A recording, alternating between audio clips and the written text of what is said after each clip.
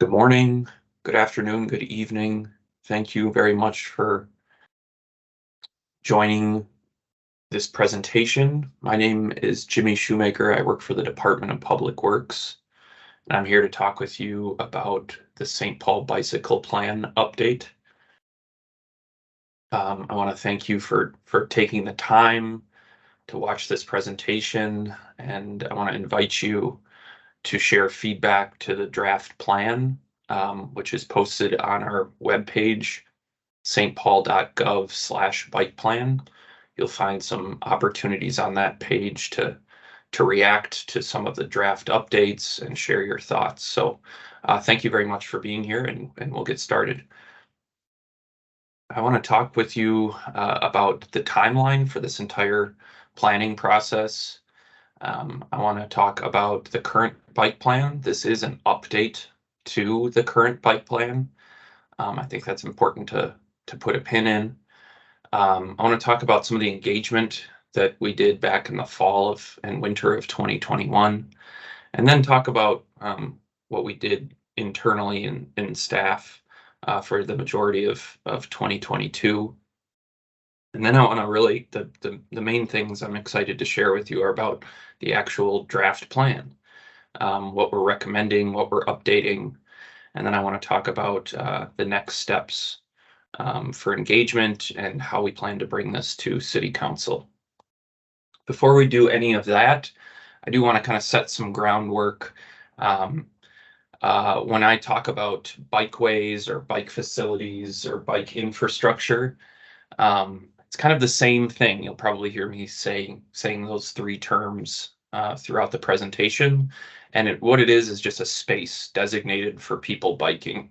The space can be shared with drivers, could be shared with pedestrians, or it could be just for bikes. So we'll talk a little bit more about that. The bikeways across the city weave together and make up the bike network. And this creates a web of places for people to bike in St. Paul. And then the bike plan, just generally, what is the bike plan? The bike plan is one of many plans or documents that the city owns, that the city maintains and updates, that guide the future. In this case, of course, it's guiding the future of biking in St. Paul, and it kind of represents the goals and consensus from the public, and is referenced in the future. That's kind of the groundwork. The timeline for this whole bike plan update process began back in kind of the second half of 2021, and I want to thank everyone on the listening to this presentation for your patience as we worked over the course of 2022. I think it was planned to be a much quicker process, but we wanted to take the time to make sure we had something that we were really happy and prepared to share with you all. In the fall and in the winter of 2021 to 2022, we did do some engagement, and I want to share a little bit about that. And that really informed all of our work in 2022. So what we heard from folks in the first round of engagement really influenced what we updated in the plan in 2022. Fast forward to about now in the winter. This is kind of the kickoff at this point as I'm talking to you in mid-April, for sharing those updates with you before we do some significant engagement in the spring here, and hopefully in the summer take it to the St. Paul City Council to be considered for adoption. Many of you all know that we have a bike plan. I'll probably refer to it many times in this presentation as the current bike plan, as the 2015 bike plan. That was adopted in March of 2015, and the goal was to provide direction for the development of bike facilities or bikeways, and that remains the purpose of this document, this updated document. There was a lot of engagement that went into that between 2011 and 2014, which is still referenced in this plan and was still part of the update process. It was updated in 2017, perhaps certainly not as significantly as it's being updated now. And then it recommends, just like any plan, it recommends additional updates. And that's what this is. This is an update to that plan. We use the bike plan all the time as we think about investing in our streets and in public infrastructure.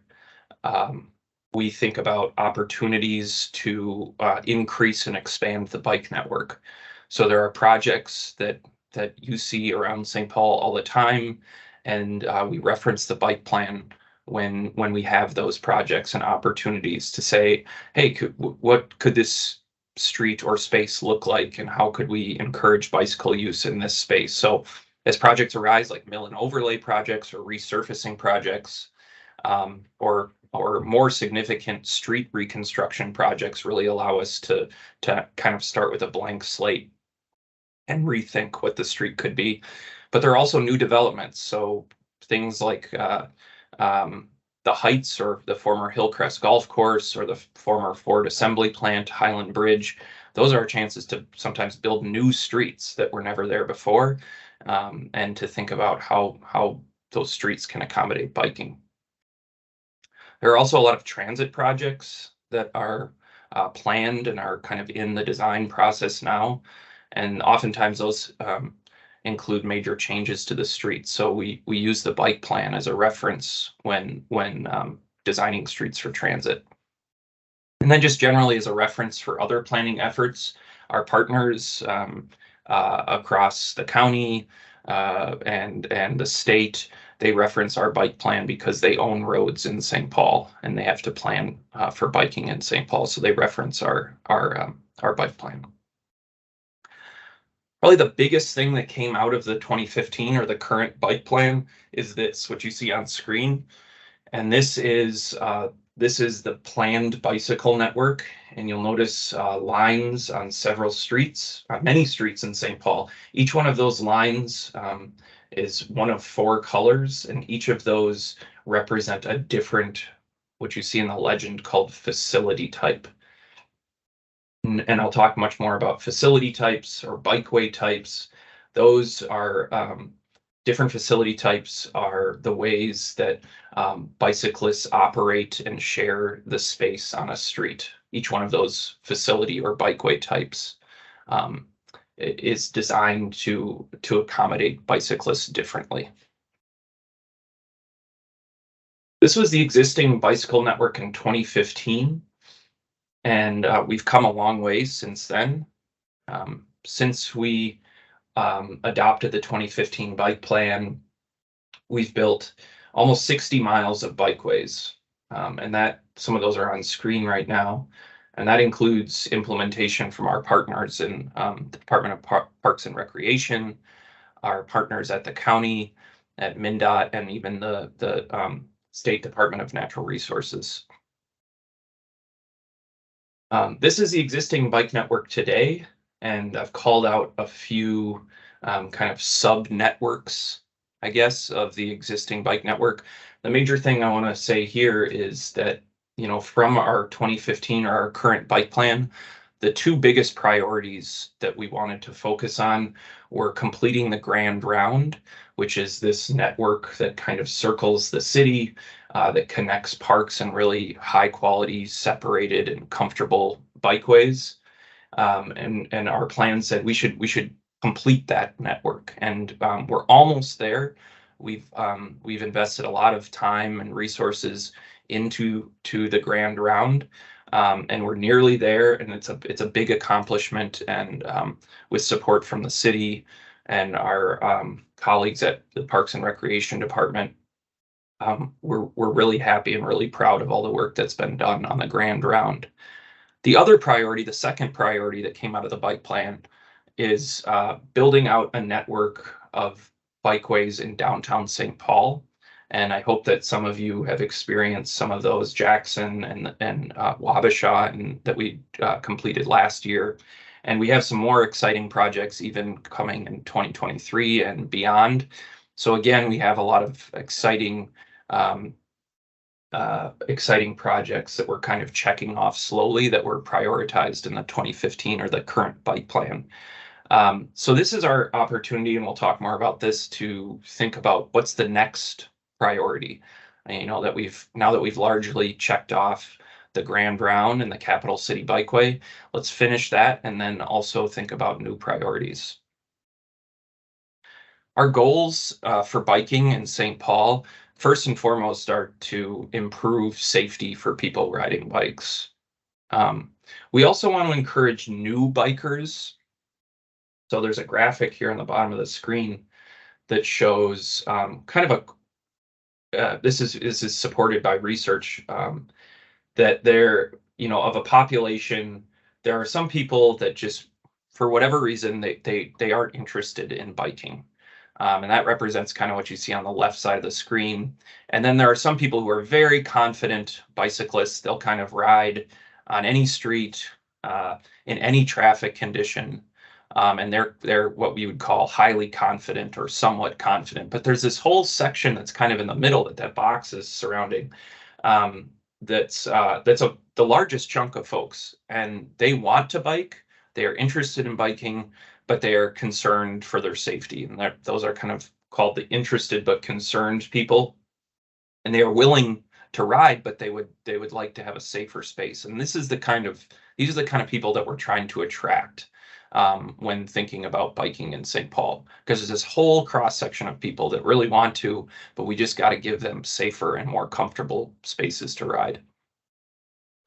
We also want to impact or limit our impact on climate change. And we know that we can move the needle on that by getting more people out of cars and biking and walking and taking transit. And also, we just need to accommodate growth in St. Paul. The Met Council predicts that, or estimates that, there'll be an additional 30,000 people in St. Paul by 2040. And we know that we can't just keep expanding our streets for cars and for parking. And so we need to do something different to accommodate those people. And giving them a safe and comfortable space to bike is one way that we can accommodate those people. I mentioned as part of this process, there was engagement that we did, and that happened kind of in the fall of 2021. That was, as you remember, that was kind of at the height of the COVID pandemic, and so we did what we could in person at outside events. But we also had a project webpage and an address list of about 3,600 emails and social media. We posted flyers at libraries and rec centers in multiple languages. I mentioned we had some in-person events that were outside in the fall, but we really tried to talk to anybody who was interested in learning about what this bike plan update was going to be. And so we talked to a lot of neighborhood groups, some youth commissions, and council offices, of course, really trying to get the word out. And really, all of this engagement was to drive people towards a survey, an online survey that we received about 1,700 responses to. And the goals of the engagement was to share information about the current bike plan. A lot of people didn't know that we have a current bike plan, so that was to kind of promote that, but then also hear from people about what we wanted to update, what we wanted to change as part of the process.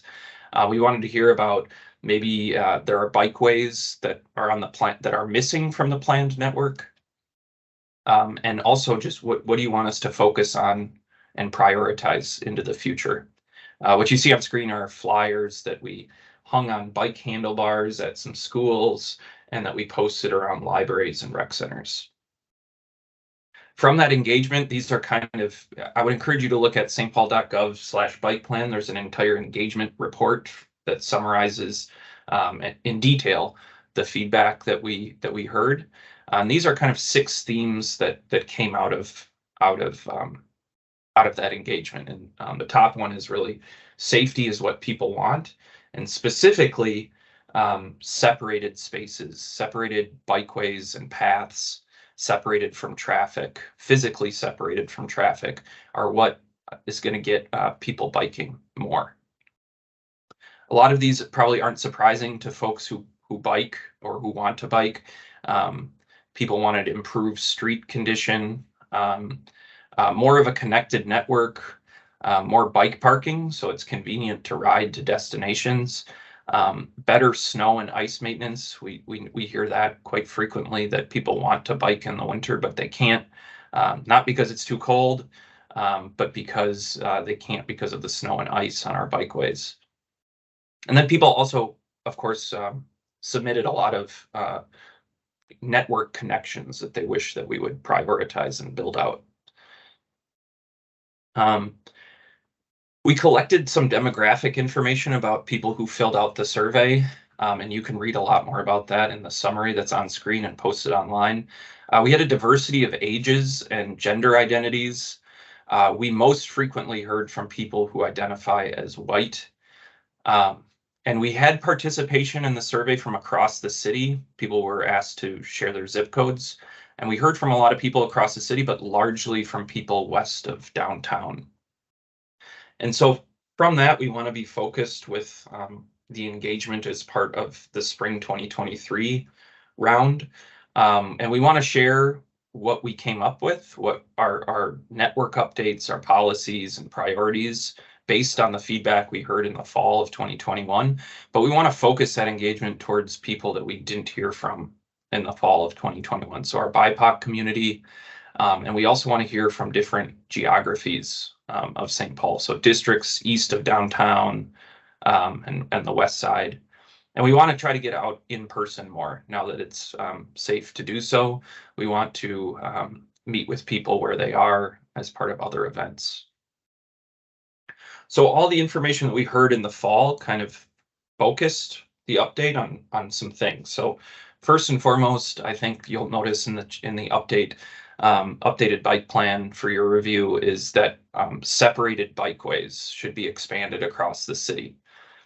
Separated bikeways are those that are physically separated from car traffic and give people biking a space that's comfortable. And this is consistent with state and national best practice.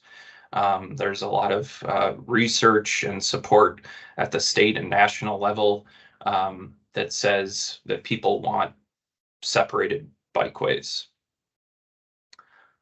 There's a lot of research that says that separated bikeways are safer for everyone who shares the street. So for drivers and for people walking, when we construct a separated bikeway, it means that bike space doesn't need to be accommodated in the street and in maybe the form of painted bike lanes. So we can actually narrow the street, which slows traffic down and also provides a narrower crossing for people walking. We also have local policy guidance to support separated bikeways. Our 2019 Climate Action and Resilience Plan that was adopted by City Council specifically calls for an expansion of separated bikeways across the city. And, we know through our engagement, this was one of the top requests, that the community wants them. There are a lot of people who want to bike, this cross section of people who want to bike that just don't feel safe doing so. And so one thing that people have asked for are more separated bikeways. We also want to incorporate new additions to the bike network. And we want to identify new priorities. I mentioned that we've done a lot of work on the Grand Round and the Capital City Bikeway, but now we need to identify new priorities. That's a big focus of this update. And then finally, we want to add guidance on operation and maintenance and funding to ensure people can bike in the winter. That's a big thing. Bike comfortably on our streets all year round. And so we need to provide a little bit of, or some more explicit guidance for that. So following, once we identified the focus of our update, A big part of it was to think about the actual network. So with the engagement and the feedback that we received from the survey, we evaluated every line on the planned bike network, which is, as a reminder, is shown on screen right there. We considered some new bikeways, so we didn't start from scratch when thinking about the planned network, but there were new bikeways that we considered. And then we also updated the plan document. It's based largely on the current plan. So we didn't start from scratch, but we did update the plan document. Features a lot of the same maps and figures, but updated.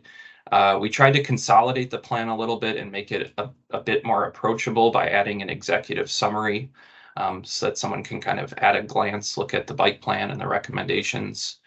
But the biggest thing, the most important task of this process was to update the planned bike network. So like I said, we evaluated every line drawn on the planned bike network.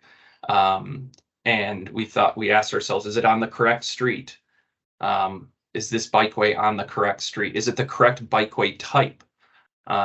We considered some new lines, as I mentioned. Are there upcoming projects or projects that have happened since 2015 that identify new bikeways that we should add to our planned network?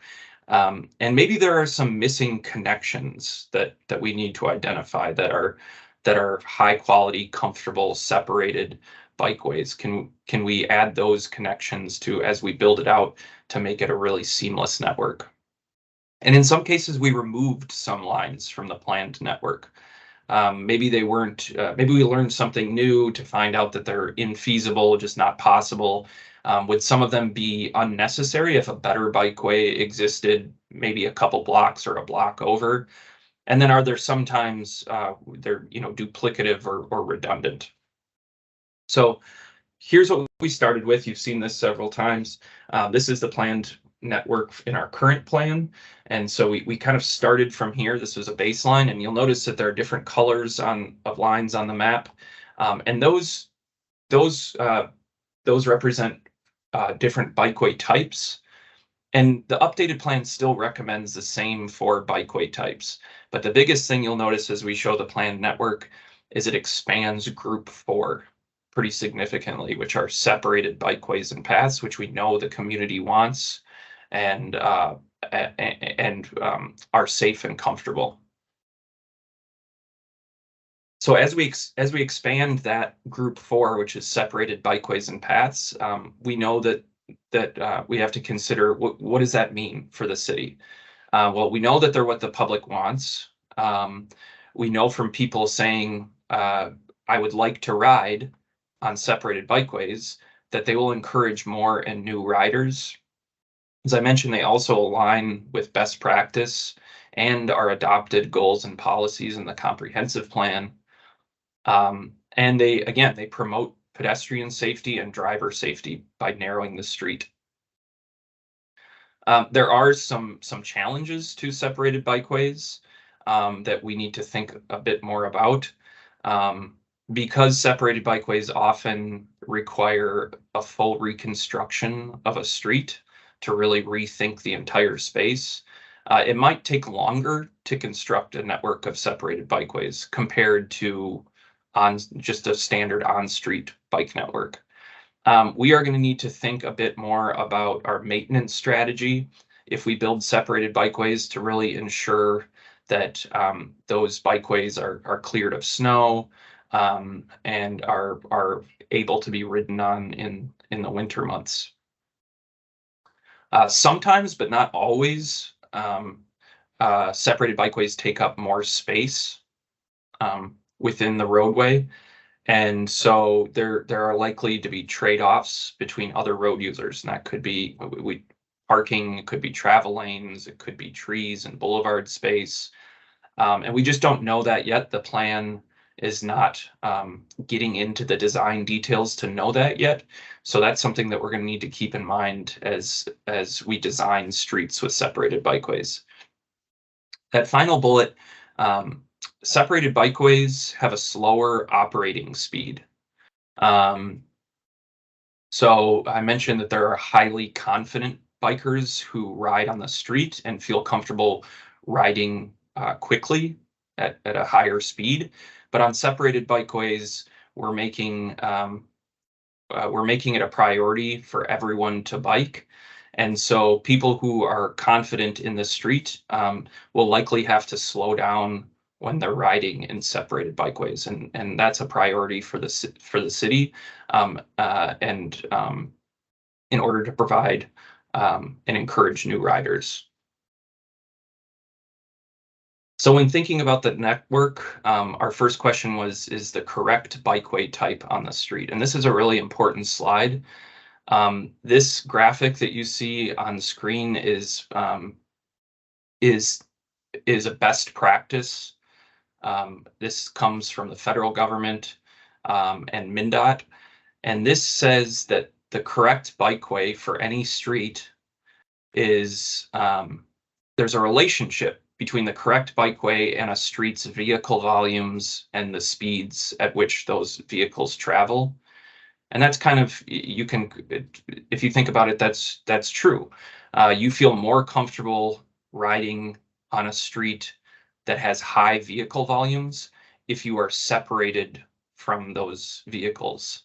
So this says as vehicle volumes go up on any street, the correct bikeway it is dependent on those vehicle volumes. So at the top of the graphic, you see that as vehicle volumes on any given street is about 6,000 or 7,000, that's when we would recommend a separated bikeway or path. And there are a number of bikeways in our current plan network that were updated from bike lanes and from shared spaces to be separated bikeways, and it's based on this graphic and vehicle volumes and speeds. There were also lines that needed to be added to the map. Maybe there were large developments, like I mentioned, Hillcrest and the Ford site, where kind of big planning processes identified new bikeways that were now added to the planned bike network. In some cases, there were corridor studies. So, long streets had their own planning process and identified bikeways that way. A good example is Rice Street. Ramsey County led the planning process for Rice Street and identified a bikeway there. And then the city uh, uh, uh, produced the Capital City Bikeways study and identified bikeways in downtown St. Paul, so those were added. And then also the Gateway State Trail, that's another example of one that was added because of MnDOT's planning and work that went into that. And then there's also planning at the regional level from our partners at the Met Council that identified some corridors for future bikeways. And some of those are circled on screen. I mentioned some of the lines were removed, and maybe in 2015, when we first wrote the bike plan and identified the plan network, perhaps there were bikeways identified that just aren't feasible anymore, or maybe there were ones that we identified that were not the appropriate bikeway type because of vehicle volumes and speeds. And then in some cases, there are redundant corridors. So if we identified in this new plan a bikeway that was more connected and more comfortable, was it necessary to have a bikeway one block to the north or one block to the east? A few things to consider with when we started identifying the planned network was there are going to be occasions when the planned bikeway is kind of dependent on a reconstruction of the street. So say the project at hand for a street was not a full reconstruction that was required for the planned bikeway on that street. We have to be prepared to provide some bikeway, even if it's not the full planned bikeway type. So we're calling that the next best bikeway. And that will be used as an option if the scope of the project does not allow or does not match the planned bikeway type. I mentioned that we don't get into design details in this bike plan. And so there's going to be a lot of additional design work that needs to happen. Um, for example, the separated bikeway, the lines on that are identified in the planned network, those do not provide guidance on what side of the street the bikeway should be on. Should it be a one-way or should it be a two-way? Should it be shared with people walking? So there's a lot more design that needs to go into any line on this map, and we're prepared to do that with engagement with the community. This is a long-term um, bikeway plan. So it's going to require additional updates as the needs and the desires of the community change. And that's why it's really important to identify priorities, because these are the things that we want to do kind of in the shorter term. So I want to talk about priorities. We've kind of grouped those into two buckets. There are kind of the network priorities. So where do we want to build bikeways? Where do we want to focus our resources and external resources to build more spaces for biking? And then there's this other bucket of priorities that are more policy and process. So what should the city and our partners do to make biking better? And so first I want to talk about network priorities. Um, I mentioned this is where do we want to build bikeways first?